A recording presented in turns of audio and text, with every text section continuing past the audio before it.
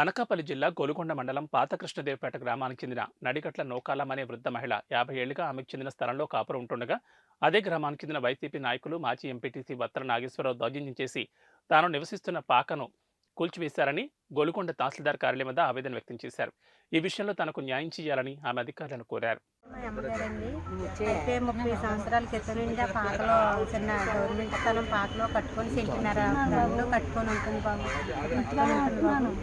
ఆ పాకలో ఇప్పుడు 2 సంవత్సరాలు బట్టి ఈ సంవత్సరంలో వచ్చి మీ పాక ఖాళీ చేసే పాకకి మాకు పట్ట వచ్చిందని పాతూరు గ్రామస్తులు వత్తల నాగేశ్వరరావు వచ్చి మా మీద దాడి చేస్తున్నారు. మొన్న వచ్చి పునాది పొడిసారు, చిన్న పునాది మట్టి వేసుకుందామని పునాదిలో కడితే అది కొనుక్కొని తెచ్చి ఒక 30 మందిని తీసుకొచ్చి ఆ పునాది పొడిసారు.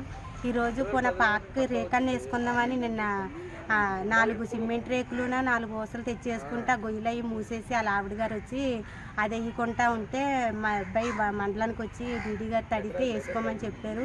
వీళ్ళు వేయొద్దని చెప్పారు. మళ్ళీ ఈరోజు పోనీ అది కూడా వేయొద్దన్నారని ముసలి చల్లి ఉంటుందని గుడ్డ కడుతుంటే ఆ గుడ్డ కూడా ఈరోజు కట్టకంట చేశారండి. ఎంఆర్ ఆఫీస్కి వచ్చాము, మాకు న్యాయం చేయాలని.